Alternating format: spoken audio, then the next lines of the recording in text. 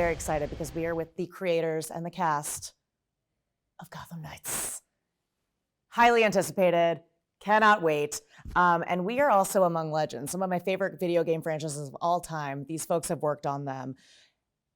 I don't know who to start with, who wants to take this one, but how did you even wrap your minds around what this story was going to be? Because it is original. Yeah, I mean, we were given a mandate to really try to expand the concept of being a superhero in Gotham City and expand what that city was going to be like if you were going out into it night after night of patrolling and crime fighting and solving mysteries.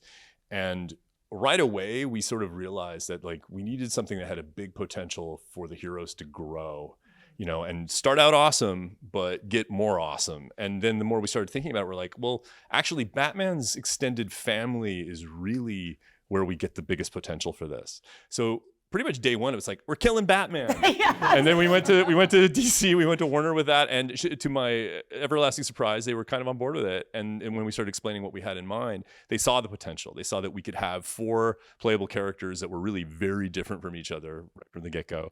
And then over the course of the game's progression, the player is able to kind of take the hero that most matches their play style and evolve them in a really, really different and surprising way. I was going to ask, I was like, was it scary to just wrap your head around the idea of like, we're killing Batman and we're going to present that? Oh, absolutely. I'd like to hear from our other creators as well.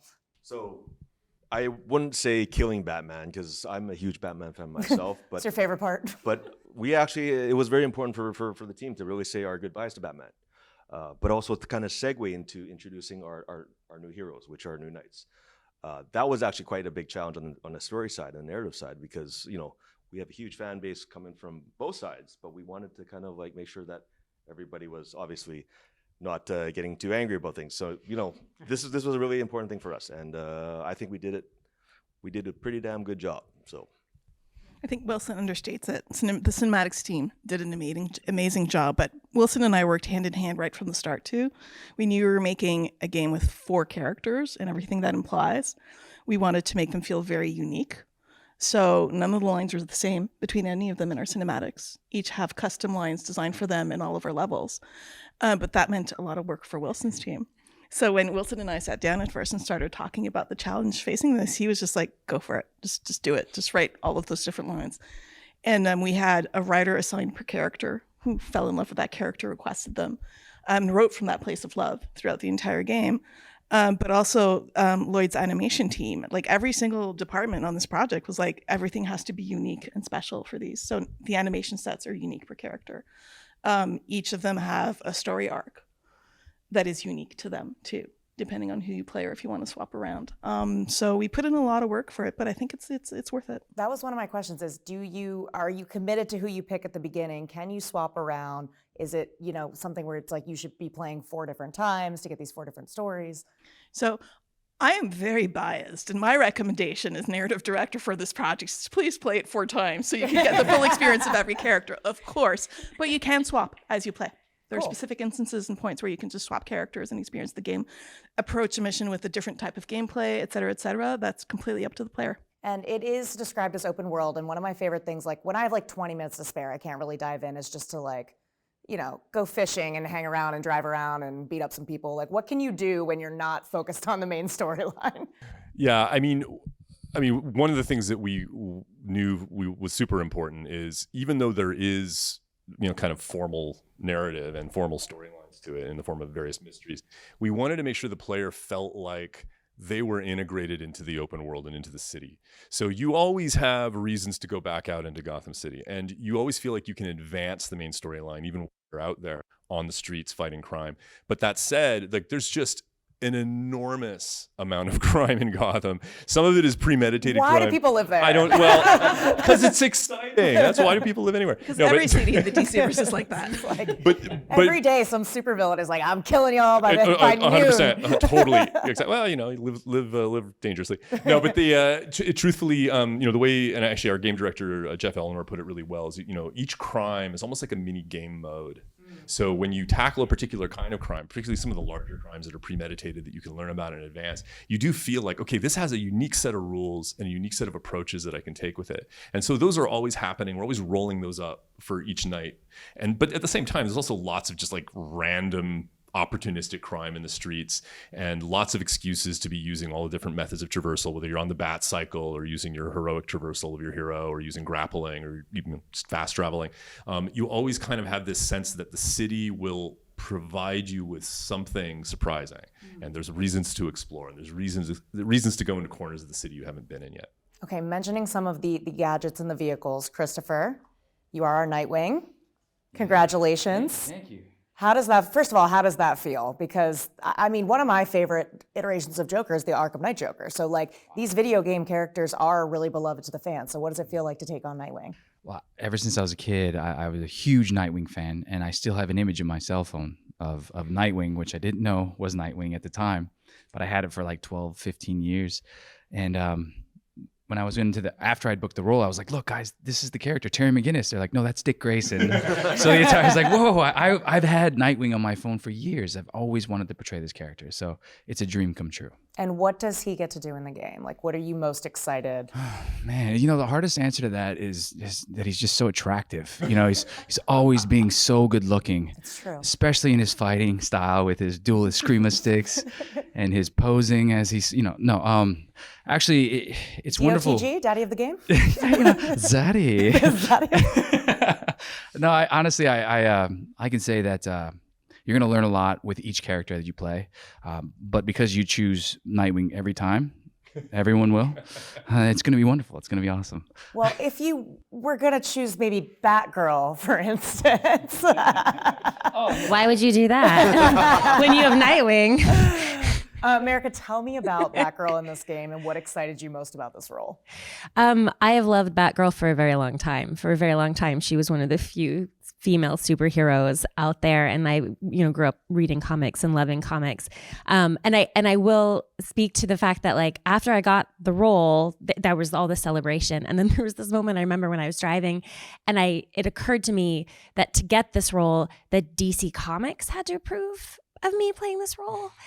And that was such an emotional hit on me, something that has been such an impact in my life, that like just DC has just been an integral part of my life.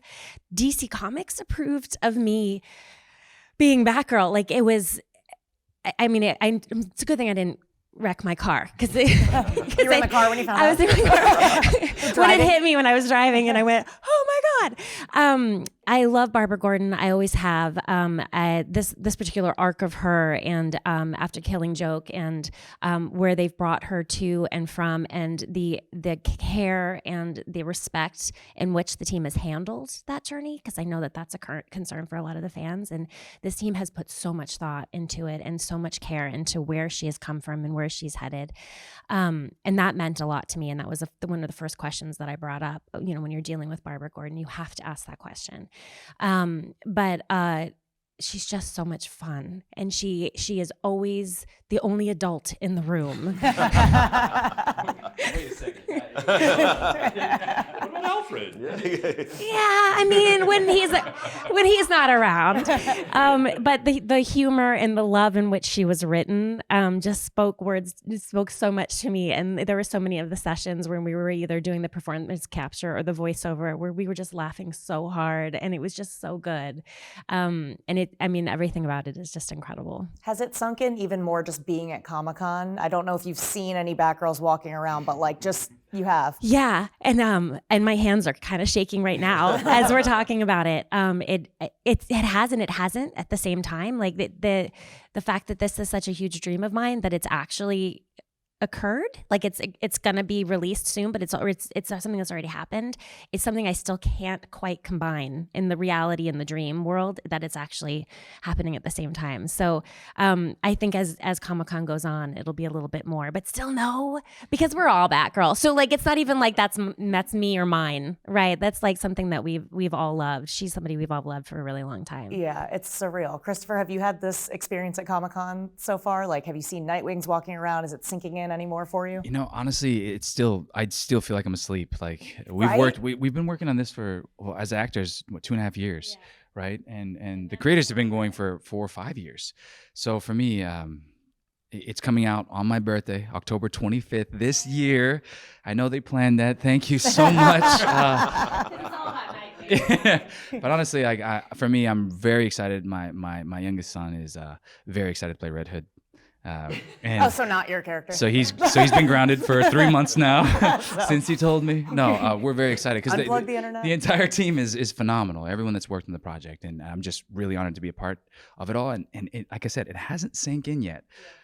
Cause I joke a lot about it, but until I actually see, myself, and I saw it on PlayStation, the home screen the other day. I was like, "There's the Gotham Knights, and there's Nightwing walking." I was like, "That's so cool," but that's not it yet, I'm nervous. I'm excited. Have you been able to play yet? Oh yeah. Oh, okay. Oh, we played. You've played. They pried the controllers out of my hands. I was like, no, nobody gets to play but me. Like this, it was amazing. The graphics are phenomenal.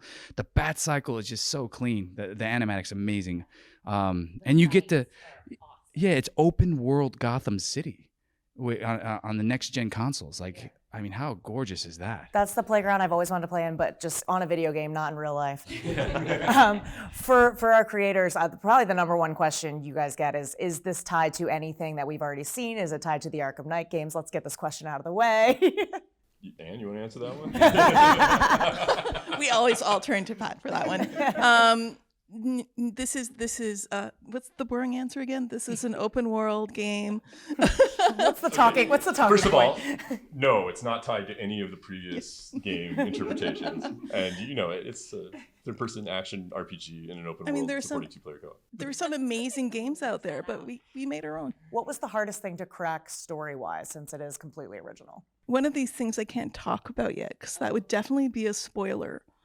But not hard to crack, but definitely something we wanted to do with a lot of respect was bring the Court of Owls story to life.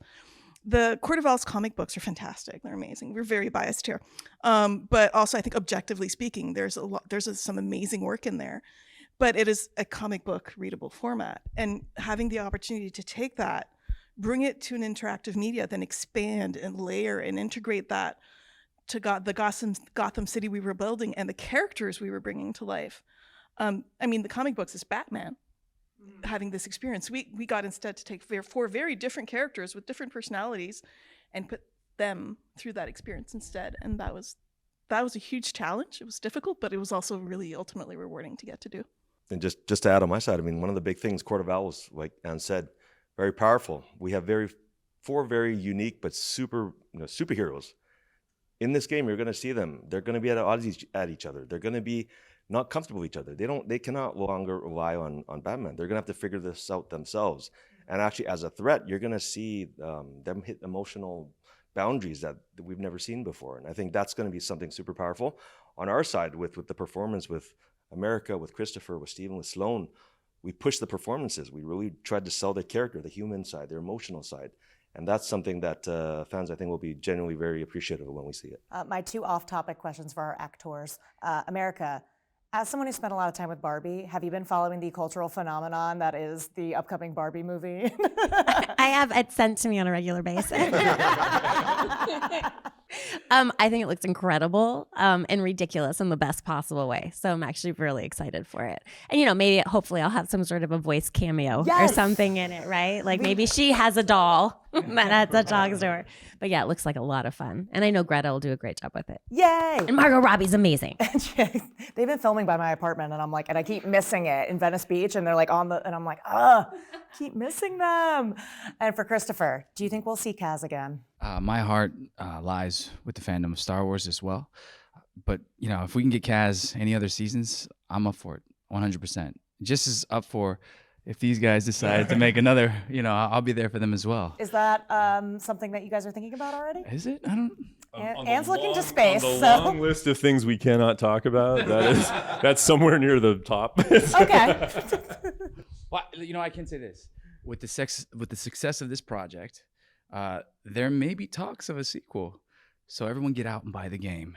October 25th. We'll see you there. And wish him happy birthday. That was a great little Easter egg you put on there. People are going to go nuts. Thank you so much, everybody. Really appreciate it. Can't wait for the game.